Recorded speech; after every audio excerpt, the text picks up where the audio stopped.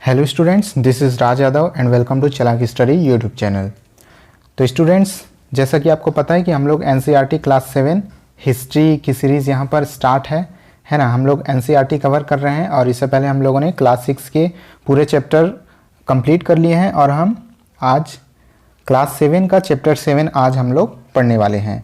तो अगर आप लोगों ने क्लास 6 की एनसीईआरटी की वो सीरीज़ नहीं देखी है तो प्लेलिस्ट में जाकर एनसीईआरटी क्लास 6 आप लोग देख सकते हैं, ठीक है। और इसी तरह प्लेलिस्ट में आपको एनसीईआरटी क्लास 7 हिस्ट्री भी मिल जाएगी।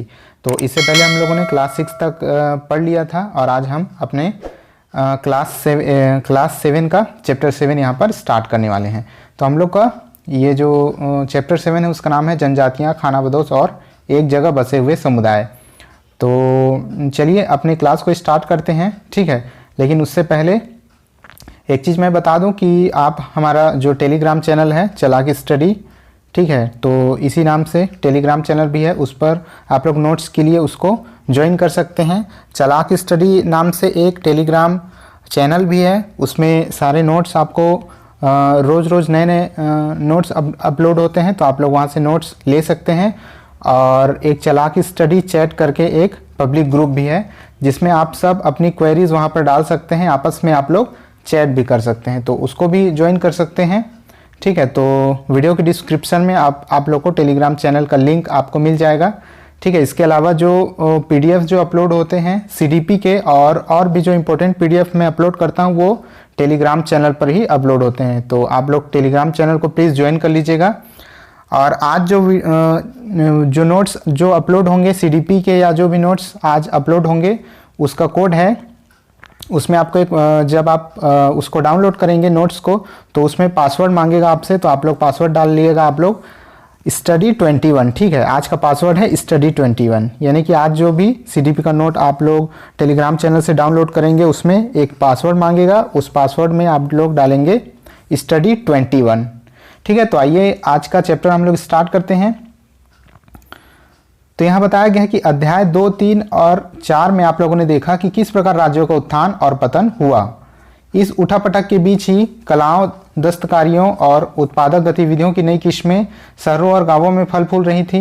एक लंबे अंतराल में कई महत्वपूर्ण राजनीतिक, सामाजिक और आर्थिक परिवर्तन हुए, लेकिन सामाजिक परिवर्तन हर जगह एक समान नहीं थे, क्योंकि अलग अलग किस्म के समाज अलग अलग तरीकों से विकसित हुए हैं। ऐसा कैसे हुआ, क्यों हुआ, यह समझना बहुत इंपॉर्टेंट है। तो आज हम लोग जनजातियों के बारे में पढ़ेंगे कि शुरुआती जो जनजातियां कहाँ से विकसित हुई, जो खानाबदोश थे और एक जगह जो बसे हुए समुदाय थे वो किस प्रकार धीरे धीरे उनका विकास हुआ और जनजातियों में वो कैसे तब्दील हुए। इस उपमहाद्वीप के बड़े हिस्से में समाज वर्ण के नियम अनुसार पहले से ही विभाजित था। ब्राह्मणों द्वारा सुझाए गए ये नियम बड़े बड़े राज्यों के राजाओं द्वारा स्वीकार किए गए थे। इसमें ऊंच और नीच तथा अमीर और गरीब के बीच फासला बढ़ा। दिल्ली के सुल्तानों और मुगलों के काल में श्रेणीबद्ध समाज ज़्यादा जटिल हो गया। अब है बड़े शहरों से परे। अब बड़े शहरों से परे जो जनजाति समाज है उनके बारे में यहाँ दिया गया है कि अलबत्ता दूसरे तरह के समाज भी उस समय मौजूद थे। उपमहाद्वीप के कई समाज ब्राह्मणों द्वारा सुझाए गए सामाजिक नियमों और कर्मकांडों को नहीं मानते थे और न ही वे कई असमान वर्गों में विभाजित थे। अक्सर ऐसे समाजों को जनजातियाँ कहा जाता है। प्रत्येक जनजाति के सदस्य नातेदारी के बंधन से जुड़े होते थे। तो इससे जुड़ा हुआ सवाल कई बार परीक्षा में आ चुका है, तो इसको याद रखिएगा कि प्रत्येक जनजाति के सदस्य नातेदारी के बंधन से जुड़े होते थे। कई जनजातियां खेती से अपना जीविकोपार्जन करती थी। कुछ दूसरी जनजातियों के लोग शिकारी, संग्राहक या पशुपालक थे। प्रायः वे अपने निवास स्थान के प्राकृतिक संसाधनों का पूरा इस्तेमाल करने के लिए इन गतिविधियों का मिला जुला रूप अपनाते थे। कुछ जनजातियाँ खानाबदोश थीं और एक जगह से दूसरी जगह घूमते रहती थी। जनजातीय समूह संयुक्त रूप से भूमि और चारागाहों पर नियंत्रण रखते थे और अपने खुद के बनाए नियमों के आधार पर परिवारों के बीच इनका बंटवारा करते थे। इस उपमहाद्वीप के विभिन्न हिस्सों में कई बड़ी जनजातियां फली फूली। सामान्यतः यह जंगलों, पहाड़ों, रेगिस्तानों और दूसरी दुर्गम जगहों पर निवास करती थी। कभी कभी जाति विभाजन पर आधारित अधिक शक्तिशाली समाजों के साथ उनका बंटवारा होता था। कई मायने में इन जनजातियों ने अपनी आबादी को बरकरार रखा और अपनी अलहदा संस्कृति को बचाया, ठीक है। तो यहाँ जनजातियों के बारे में उनकी विशेषताएं यहाँ पर पूरी तरह से दी गई हैं। लेकिन जाति आधारित और जनजातीय समाज दोनों अपनी विविध किस्म की जरूरतों के लिए एक दूसरे पर निर्भर भी रहे। ठीक है, कई जनजातियां अलग अलग समुदायों में विभक्त तो थी लेकिन एक दूसरे पर निर्भर रहती थी। टकराव और निर्भरता के इस संबंध ने दोनों तरह के समाजों को धीरे धीरे बदलने का भी काम किया। जनजातीय लोग कौन थे? आखिर जो जनजातीय लोग हैं वो थे कौन? समकालीन इतिहासकारों और मुसाफिरों ने जनजातियों के बारे में बहुत कम जानकारी दी है। कुछ अपवादों को छोड़ दें तो जनजातीय लोग भी लिखित दस्तावेज नहीं रखते थे। ठीक है, तो ये एक इंपॉर्टेंट फैक्ट है, इसको नोट कीजिएगा कि जनजातीय लोग लिखित दस्तावेज नहीं रखते थे, लेकिन समृद्ध रीति रिवाजों और वाचिक मौखिक परंपराओं का वे संरक्षण करते थे। यानी कि उनकी परंपराएं मौखिक रूप से थी, एक पीढ़ी से दूसरे पीढ़ी में मौखिक रूप से गमन करती थी। ठीक है, उनका लिखित रूप से कोई संस्कृति नहीं थी, लेकिन उनकी संस्कृति एक पीढ़ी से दूसरे पीढ़ी में मौखिक रूप से जाती थी। ये परंपराएं हर नई पीढ़ी को विरासत में मिलती थी। आज के इतिहासकार जनजातियों का इतिहास लिखने के लिए इन वाचिक परंपराओं का ही इस्तेमाल करने लगे हैं। यानी कि आज के जो इतिहासकार हैं वे इन्हीं वाचिक परंपराओं को लिखते हैं। ठीक है, जो सुन करके जो परंपराएं जो सुनी हुई बची हुई हैं उन्हीं को लिखने के लिए इस्तेमाल करते हैं। जनजातीय लोग भारत के लगभग हर क्षेत्र में पाए जाते थे। किसी भी एक जनजाति का इलाका और प्रभाव समय के साथ साथ बदलता रहता था। कुछ शक्तिशाली जनजातियों को बड़े इलाकों पर नियंत्रण था। पंजाब में खोखर जनजाति 13वीं और 14वीं सदी के दौरान बहुत प्रभावशाली थी। ये जो पंजाब की खोखर जनजाति है वो 13वीं 14वीं सदी के दौरान बहुत प्रभावशाली थी। यहाँ बाद में गख्खर लोग ज़्यादा महत्वपूर्ण हो गए। ये हर एक नाम को आप लोग याद रखिएगा, ये खोखर, ये गख्खर, ठीक है, लिख के रखिएगा। उनके मुखिया कमाल खान गख्खर को बादशाह अकबर ने मनसबदार बनाया था।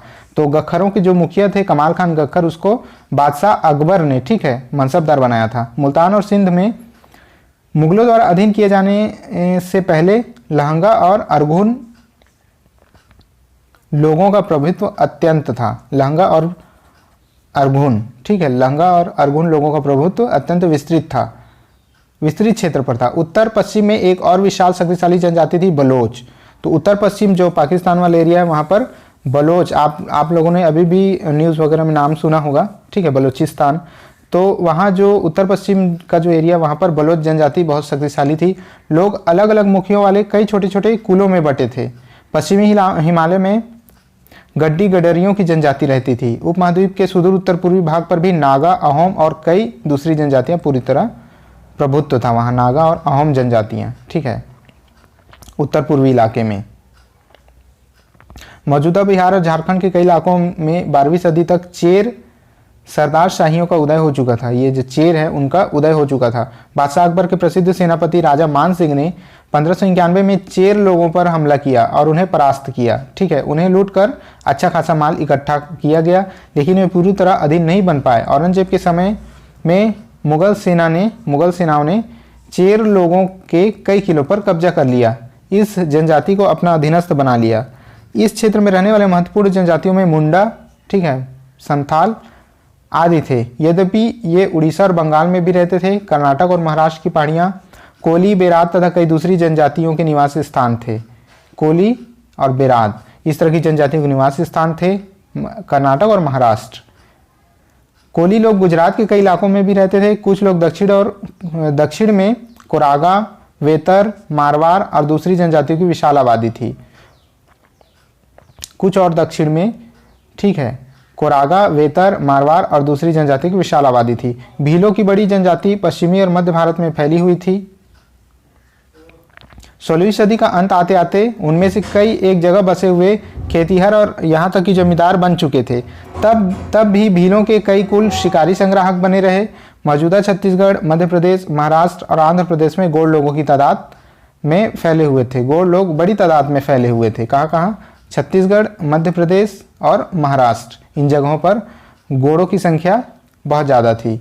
खाना बदोश और गुमंतु लोग कैसे रहते थे? जो खाना बदोश लोग थे, गुमंतु लोग थे, वे लोग कैसे रहते थे? खाना बदोश चरवाहे अपने जानवरों के साथ दूर दूर तक घूमते रहते थे। उनका जीवन दूध और अन्य पशुचारी उत्पादों पर निर्भर था। वे खेतीहर गृहस्थों से अनाज, कपड़े, बर्तन और ऐसे ही चीज़ों के लिए ऊन, घी इत्यादि का विनिमय भी करते थे। कुछ खाना बदोश अपने जानवरों पर सामानों की ढुलाई का काम करते थे।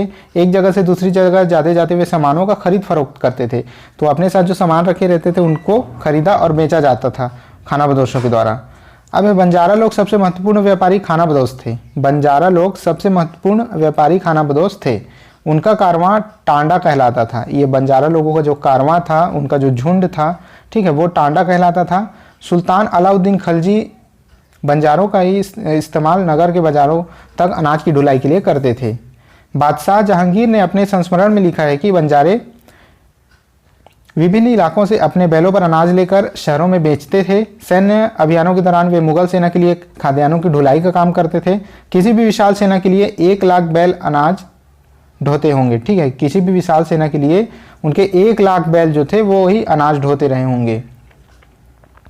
अब है बंजारों के बारे में यहाँ डिटेल्स दिया हुआ है कि 17वीं सदी के आरंभ में भारत आने वाले एक अंग्रेज व्यापारी पीटर मंडी, ठीक है, पीटर मंडी ने बंजारों का वर्णन इस प्रकार किया है। सुबह हमारी मुलाकात बंजारों की एक टांडा से हुई। टांडा जो ऊपर में हम लोगों ने पढ़ा, टांडा का मतलब जो बंजारों का एक जो झुंड होता था, ठीक है, बंजारों का ग्रुप होता था, उसको टांडा कहा जाता था, जिसमें 1400 बैल थे। सारे पशु गेहूं चावल जैसे अनाज से लदे हुए थे। ये बंजारी लोग अपनी पूरी घर गृहस्थी, बीवी और अपने बच्चे साथ लेकर चलते हैं। एक टांडा में कई परिवार के लोग होते हैं। उनका जीने का तरीका उनके भार वाहकों से मिलता जुलता है, यानी कि उनके जीने का तरीका उनके भार वाहकों से, कहने का मतलब उनके जानवरों से, है ना, जो उनका भार वहन करते हैं, उनके जो जानवर उनसे मिलता जुलता था, जो लगातार एक जगह से दूसरी जगह जाते रहते हैं। गाय बैल उनके अपने होते थे। कई बार वे सौदागरों के द्वारा भाड़े पर नियुक्त किए जाने वाले, लेकिन ज़्यादातर वे खुद सौदागर होते हैं, ठीक है। अनाज जहाँ सस्ता उपलब्ध है वहाँ से खरीदते हैं और जहाँ पर ज़्यादा महंगा बिकता है वहाँ पर जाकर बेच देते हैं। वहाँ से फिर ऐसी चीज़ें लाद लेते हैं जो किसी और जगह मुनाफे के साथ बेची जा सकती है। टांडा में 600 से 700 लोग हो सकते हैं, ठीक है। एक झुंड में आप समझ सकते हैं 600 से 700 लोग होते थे। वे एक दिन में 6 या 7 मील से ज़्यादा सफ़र नहीं करते थे। यहाँ तक कि ठंड के मौसम में भी वे इतनी सफ़र करते थे।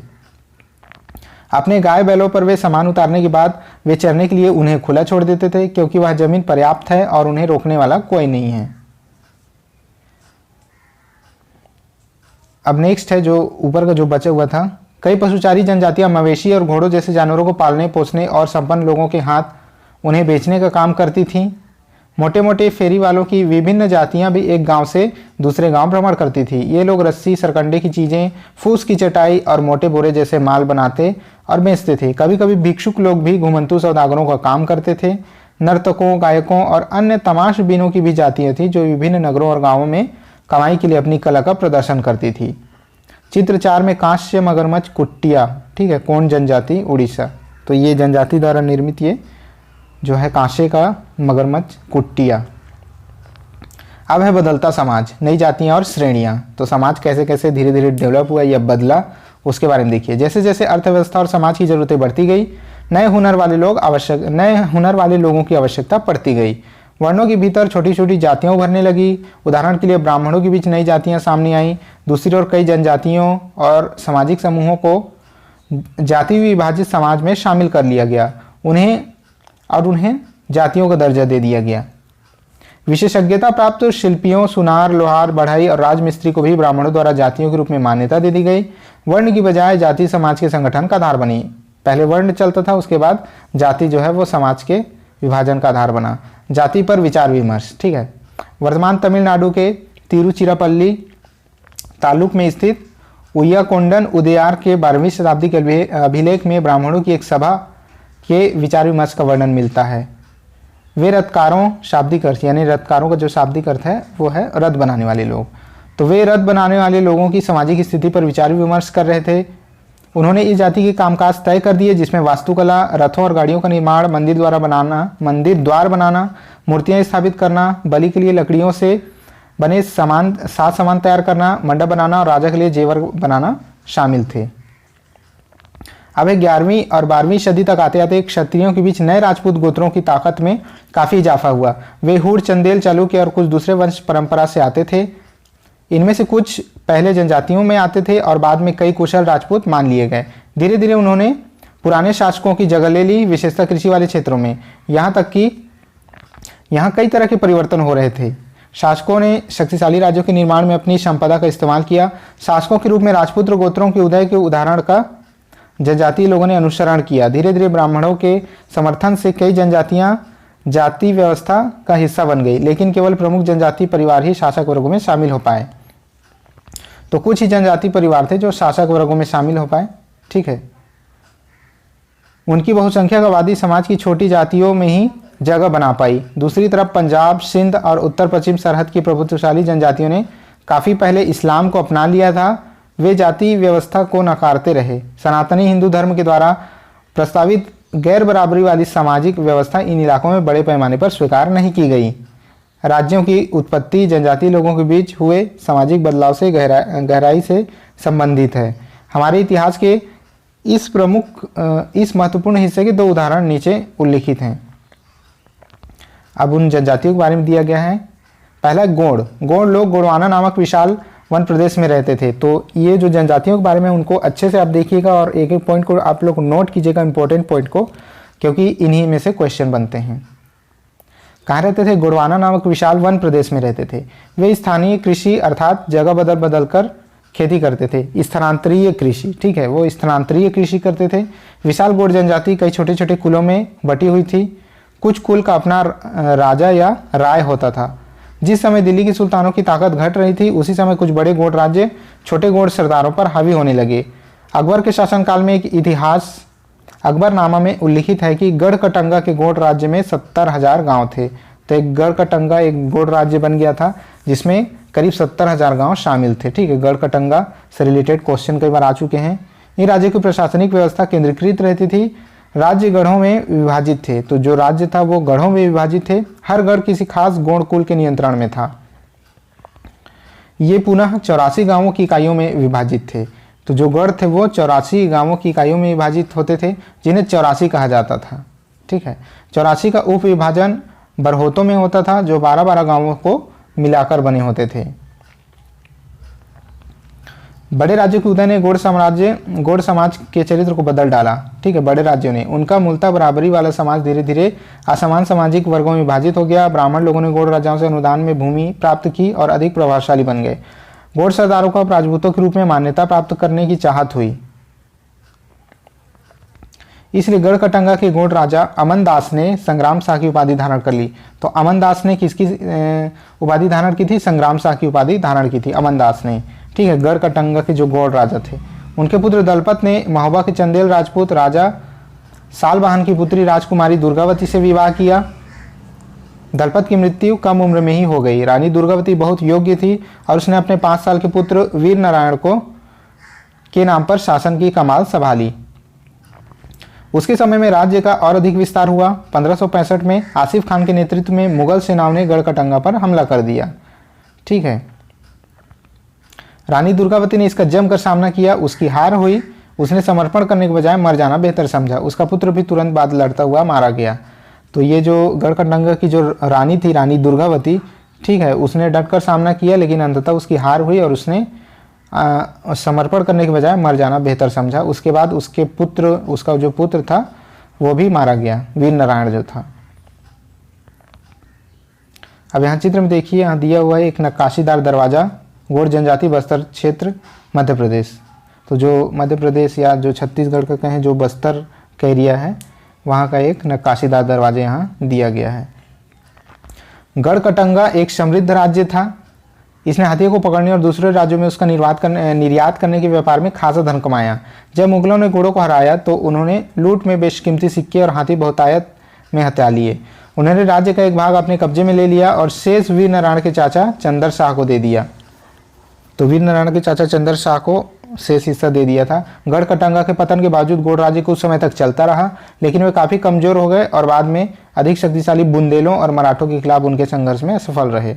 अब है अहोम के बारे में यहाँ दिया गया है कि अहोम लोग मौजूदा म्यांमार से आकर, कहाँ से? म्यांमार से आकर 13वीं सदी में ब्रह्मपुत्र घाटी में आ बसे। उन्होंने भूइयाँ यानी कि भूमि स्वामी लोगों की पुरानी राजनीतिक व्यवस्था का दमन करके नए राज्य की स्थापना की। 16वीं सदी के दौरान उन्होंने चुटियों और कोच हाजों के राज्यों को अपने राज्य में मिला लिया। उन्होंने कई अन्य जनजातियों को भी अधीन कर लिया। अहोमों ने एक बड़ा राज्य बनाया और इसके लिए 1530 के दशक में ही